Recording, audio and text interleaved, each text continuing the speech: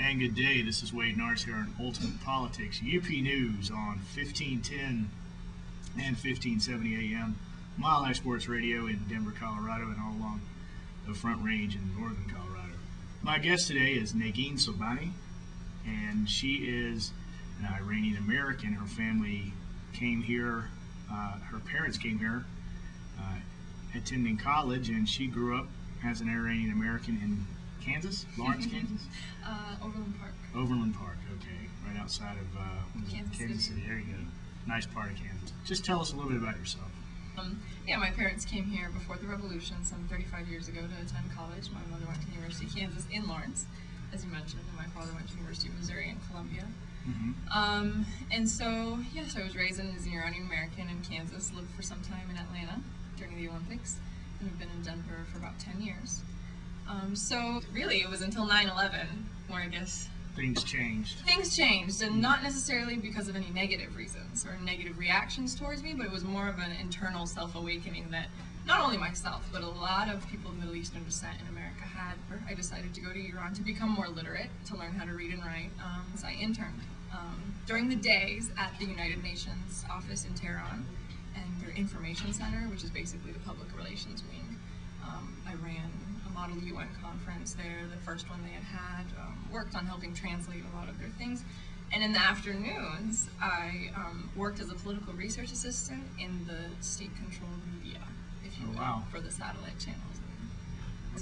Anybody who has traveled outside of the U.S. has experienced that people's problems are not with the American people, they're with the American government and American policies, most of which I probably disagreed with myself, so I would share in their frustrations, exactly. And I think one of the biggest problems and one of the biggest complaints that Iranians voice is the lack of, I guess, really knowing the history of Iran and knowing about, like you said, this history of friendship and relationship, whether it's diplomatic, economic, political, that they've had.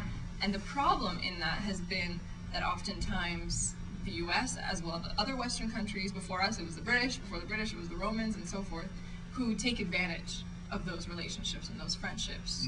No matter who is for or against the Iranian government, the 1953 overthrow of Mohammad Mossadegh still angers everybody to this day, which was the first CIA operation conducted outside the U.S. And for those of y'all that don't know about that, I'm not going to pronounce that guy's name. The Shah, the one that was, growing up, hearing about Ayatollah Khomeini taking over the Iranian government by deposing the Shah, well, everybody was like, well, this is an illegal act, but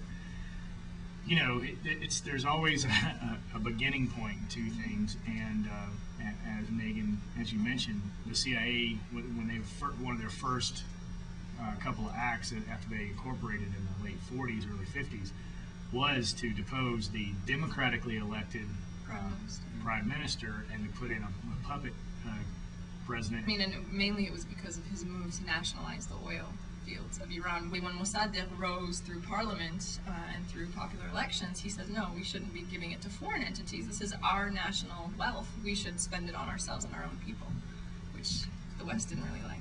Imagine that. Those countries that have oil seem to be part of our foreign policy interests. The show we had last week, we talked about the destruction and spoiling of Ecuador's rainforest, all for oil and the Chevron company. And it's not just limited to one section. It's endemic. It's now there are countries in Africa where they found oil, where they're paying. Condoleezza Rice and George Bush are telling Robert Mugabe he's a great leader, and he's actually worse than Idi Amin in some sense. And it's like the Shah was a puppet that gave the oil companies their revenues. These other governments are being propped up so that the oil interests can extract the oil and make out like bandits. And a lot of people don't know this, but if you look at what happened after 9/11, Iran sent diplomatic envoys 3 times to the White House, 3 separate times, saying, if there are terrorists, there's a terrorist cell. It wasn't Al Qaeda, I forget the name. It was a small nationalist group in Iran. We'll expel these people or round them up, and make sure they had nothing to do with 9/11.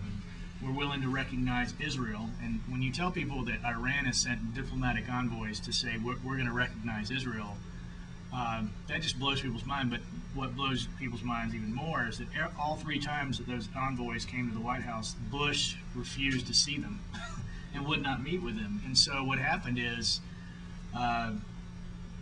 the voices of rational, kind of the moderate voices in Iran that were saying, well, let's work as diplomatic, the diplomatic route and see how we can work as allies. And then you had Ahmadinejad saying, no, America is out to conquer the Middle East. And, his extreme version of policy was only matched in extreme policy from the United States. So his predictions proved true. And it wasn't very long after we invaded Iraq that Ahmadinejad, you said Ahmadinejad, yeah. Ahmadinejad. That's when he became the president of Iran. And when our foreign policy becomes belligerent and we refuse diplomatic envoys from other countries because our president doesn't believe in diplomacy, it does create that opposite and equal reaction. And that's the thing, is what you always have to say. It's almost like our foreign policy has been reduced to 2 kids fighting on the playground, and those days have got to end. And well, from what I've read, the religious extremists are very small, and it's not the picture you hear about in Afghanistan. Oh, definitely not. Definitely not. I mean, if Afghanistan was Taliban, Sunni, of the Wahhabi tradition or interpretation of it. Iran, of course, is a majority Shia country. Right now, I think the population is at about 70 million. 90% of those are Muslim. Of those 90%, we do have about 10% Sunni. So you have about 80% of the population is Shia. And most of the Sunnis tend to be, we have a large population of Kurds who live in the northwestern parts of Iran. And then in the south, we have a lot of Arabs because of the Persian Gulf and the location near Emirates and Bahrain and Qatar, all those countries, and of course, trade and all those things brings people all over the place. But you do have a large population of Christians, both, I guess, Orthodox as well as Armenian. The Armenians who ran away from the Turkish genocide in the early 1900s, a lot of them found refuge in Iran, and they're a very important part of Iranian society and culture, who have long been respected and long given those same protections they were given when they escaped from Turkey, as well as Zoroastrians, who we were mentioning during the break, who are an ancient Persian religion. Some will call it the first monotheistic religion, who looked at the forces of good and evil, basically representing light and darkness. Ahura Mazda and Angra Mainyu. Wow, I'm impressed. I went to divinity school. Okay, yes. So, which actually I was just saying, Wednesday night was the start of the Persian New Year, which is a Zoroastrian tradition to mark, I guess, the coming of spring. And so that's when Persian and all Farsi-speaking people, but specifically Zoroastrians, celebrate the New Year. And then finally you have Jewish people who are also long respected and protected in Iranian culture. So when people talk about, when you're talking about these religious leaders right now, I mean, for the most part, they're considered under even Islamic law people of the book, they're to be protected and so forth. So it's just the rhetoric that's coming out of these few leaders at the top when they talk about, I mean, when they talk about the Israeli-Palestinian issue. For most people in the Middle East, it's not a religious issue.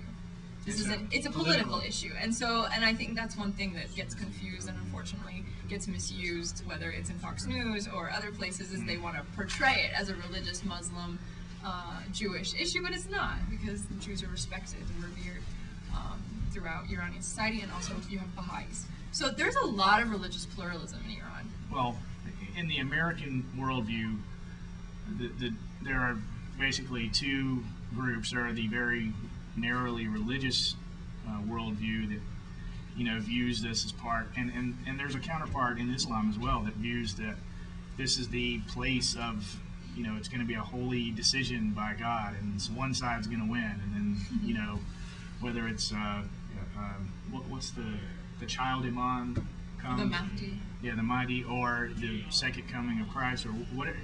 Both of those groups have such a long-standing belief in these prophecies that, well, there's just no way to get agreement on that.